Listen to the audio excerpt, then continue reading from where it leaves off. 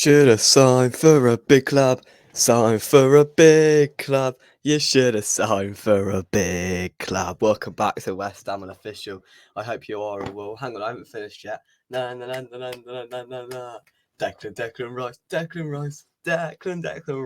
West Ham have beaten Arsenal. Arsenal 0, West Ham United 2. It's the morning after. What day is it? I don't know what day it is. I'm still in Christmas mode. It's Friday the 29th of December, and this is my match reflection of Arsenal 0, West Ham United 2. Get in there. It's so sweet, isn't it? It's absolutely superb. Let's cut to the auto cue then, as the chant so eloquently states: 2-0 down, 2-0 down. Declan Rice playing football the West Ham way, which was, of course, in replacement of the 10 more years Declan Rice chant from last season. The West Ham fans once again had the last laugh, with a poignant smirk on the frustrated face of Declan Rice after he uncharacteristically conceded a penalty in the dying stages, which consequently impacted the game in no way, but was significant nevertheless, as Rice dropped an absolute nightmare of a performance. Moyes' men capitalised efficiently, snatching all 3 points away from North London for the second time in December after defeating Spurs 2-1 just 22 days ago. I think stats are often a key indication, of course, of a game's development. Last night, Arsenal had 27 shots on goal, converting, of course, 0. However, on the other hand, West Ham United had just 7 shots on goal. 3 of them were on target, the 2 goals and the penalty miss from Saïd Benrahma in the last minute of the game. Moyes did a complete job on Mikel Arteta. He outsmarted, he out-tacticked Mikel Arteta. There's no doubt about that.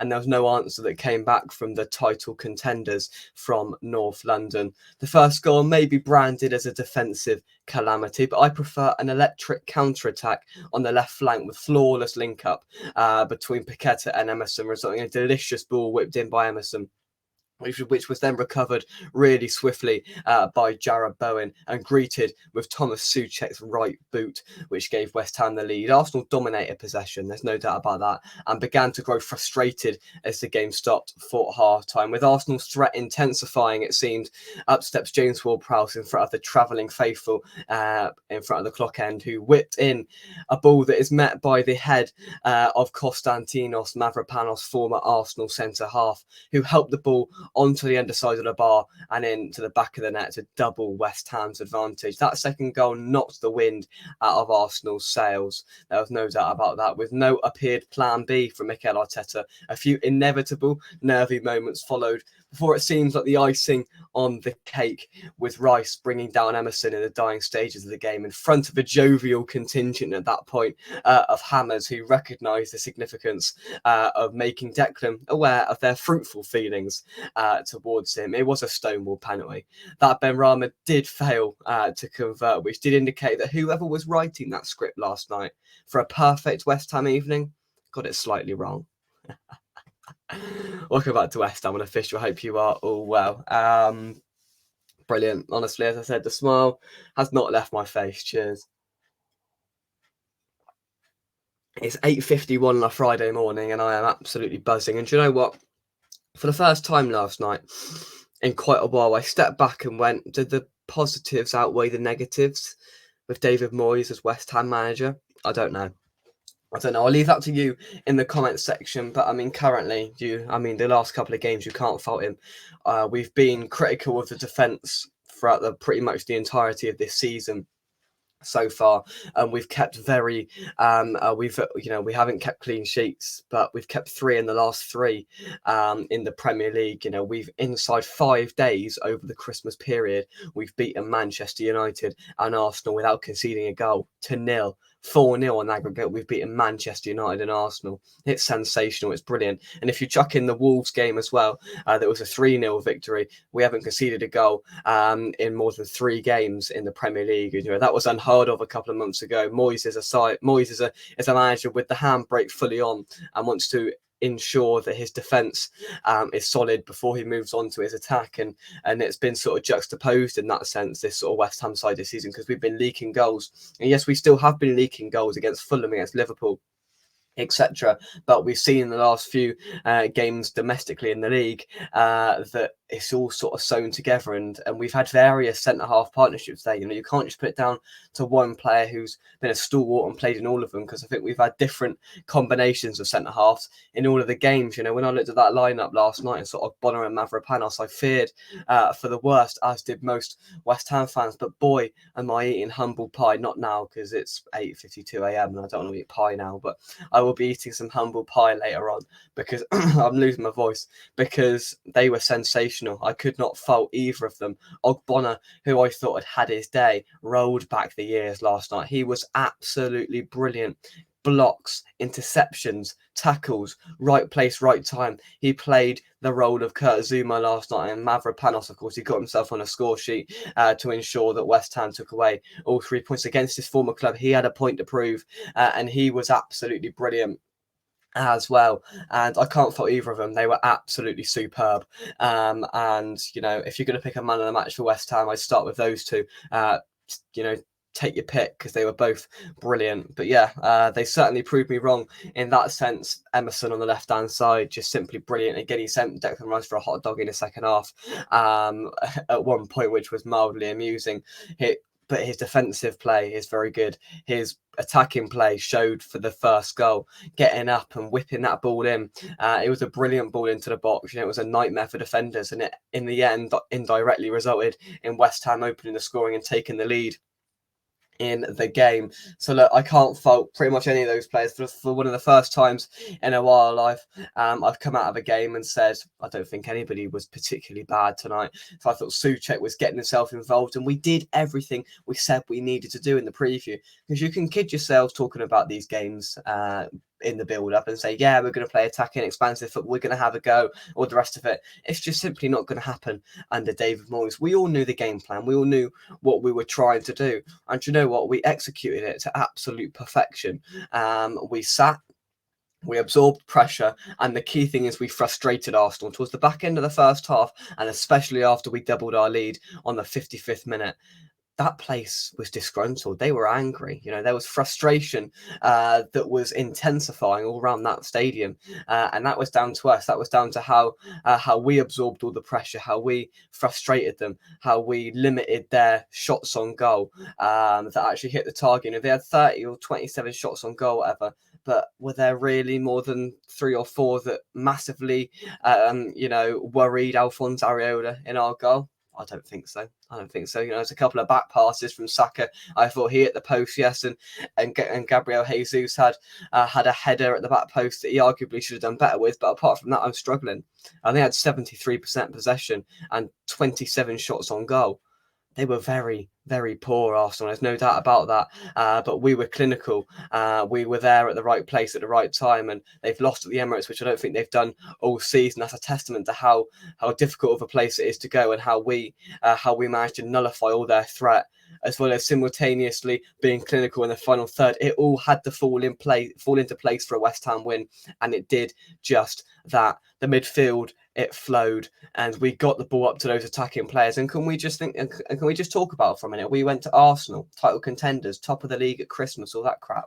We went to Arsenal without our starting 2 centre-halves. We played an hour of that game without arguably one of our best players, Lucas Paquetá, one of our best flair players, because he had to go off with what looked like a muscle injury, which hopefully we'll get more sort of information on in the coming days. But it didn't look good, so let's hope he can bounce back relatively quickly. So realistically, we were without 3 of our key players, those centre-halves that had to fill in and had to do the job. We haven't been sort of filled with confidence with their performances in recent weeks, but boy, did they prove us wrong, as I mentioned a little bit earlier on in the show. Without Zouma, without Agurd, without Paquetá for a big portion of it, it was all stacked against us, and we came out and we were resolute. We fought.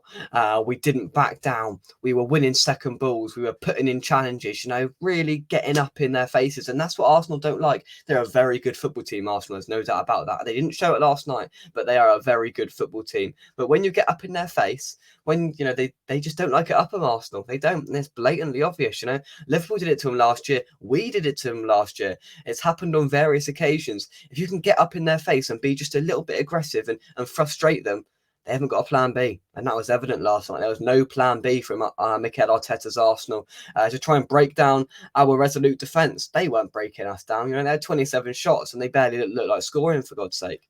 They had a lot of the ball and they dominated possession without doing a hell of a lot with it in the 90 minutes.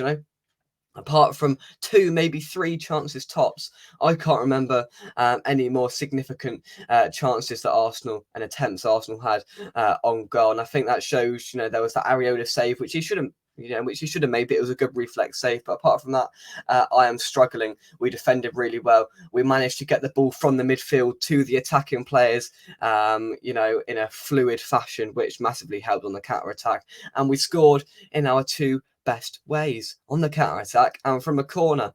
That's how you're going to beat these sides as a low block counter-attacking team, and we did that bang on the money. It was just, I'm buzzing. I'm absolutely buzzing with it. Let's talk about Declan Rice for a minute. Of course, I spoke about him in my opening piece, but I think we rattled him last night. I'm going to be honest. A few people who were there mentioned it. That was a very unlike Declan. I barely recognised that performance from number 41 last night. I think just everything got just a better of him last night. Arsenal fans said that's his worst game in an Arsenal shirt. That's the worst game I've seen Declan Rice have in quite a while, to be honest with you. I thought he was incredibly poor, sloppy in possession. If you watch, somebody's put a compilation video up on Twitter of how many times he gave it away or misplaced a pass, and that's very unlike Declan Rice. And I think we probably pressured him, and then that penalty at the end, that just wasn't Rice, was it? I can't even remember him giving away a penalty in a West Ham shirt in the 6 years that he held his own in our side. And it was schoolboy awful, stonewall penalty, and there was a smirk on his face. And to start with, I thought it was just because he gave away a penalty, but I've got an inkling that it was probably because the West Ham fans ripped out into the Declan Rice, that us away contingent have sung resolutely over the last 3 or 4 years to back that guy up. But once again, we've had the last laugh. Once again, West Ham fans have came out on top. He left. He wanted to go and win trophies. Dec, I can tell you right now, you are not winning trophies at that football club. Not in a million years. Are they going to win the Premier League? Are they going to win the Champions League? Even win the FA Cup? I don't think they're going to win anything noticeably, because I don't think they've got the bottle. I think they showed that on so many occasions towards the back end of last season, and even last night with an opportunity.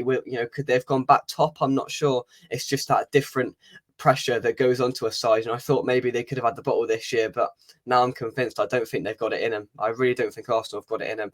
I thought we taught them a lesson last night. We completely schooled Arsenal, and it's a difficult place to go. Teams can go and get pummeled, can get battered at the Emirates, but we stood up.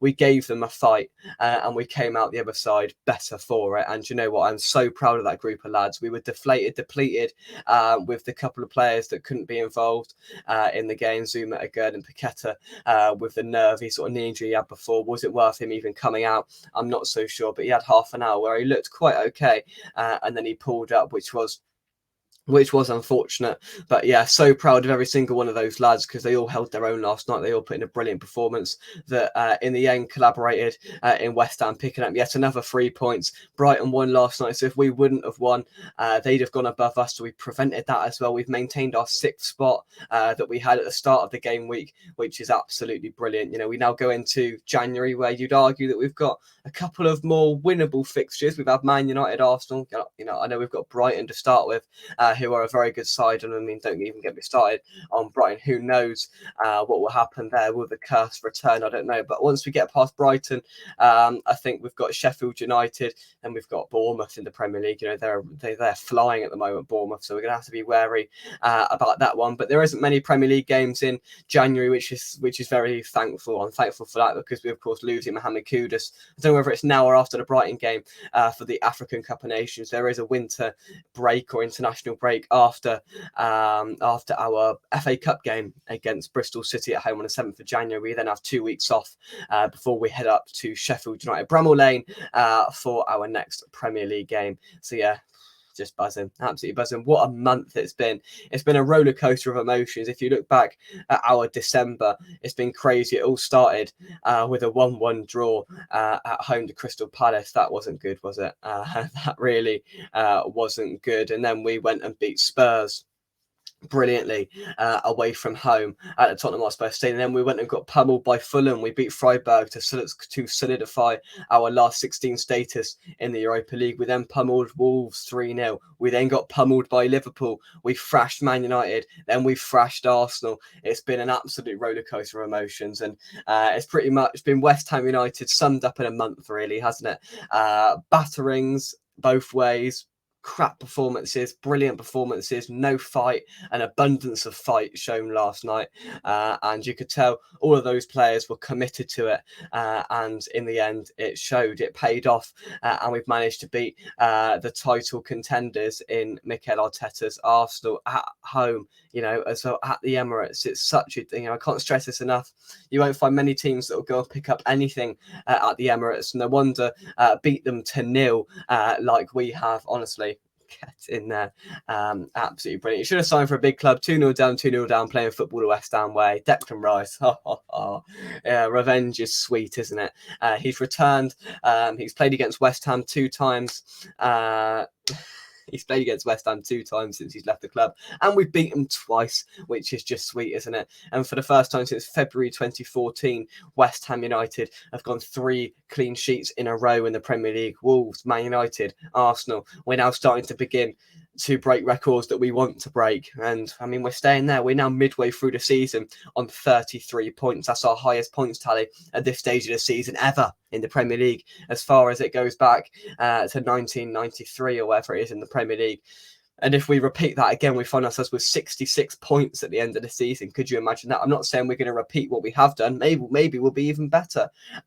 Who knows? But it's just, yeah, it's superb, and I'm not taking anything away from those lads last night, because they were brilliant, second to none, and we 100% deserved the victory. And I thought Arsenal were incredibly toothless and spineless. I'm just having a look how many points we acquired. So we only got 56 points when we finished 7th in the 21-22 season. So how many points did we get in the 2021 season? Let's have a little look.